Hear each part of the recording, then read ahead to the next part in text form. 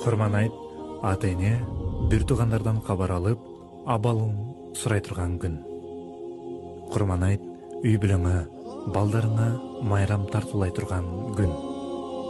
Курман айт, кошунаңа, жоро жолдошторго жакшылык тилей турган күн.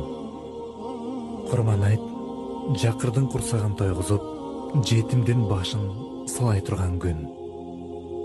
Курман айт, Ибрахим пайгамбардан бери келе жаткан сүннөттү улап, курмандык чала турган күн.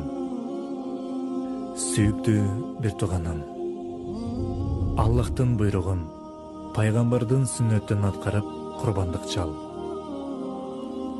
Айланаңа кубаныч, жарык маанай тартуула. Өзүңө сооп сый топто. Мындай мүмкүнчүлүк дагы бир жолу бирлерине эч кимдин кепилдиги жок.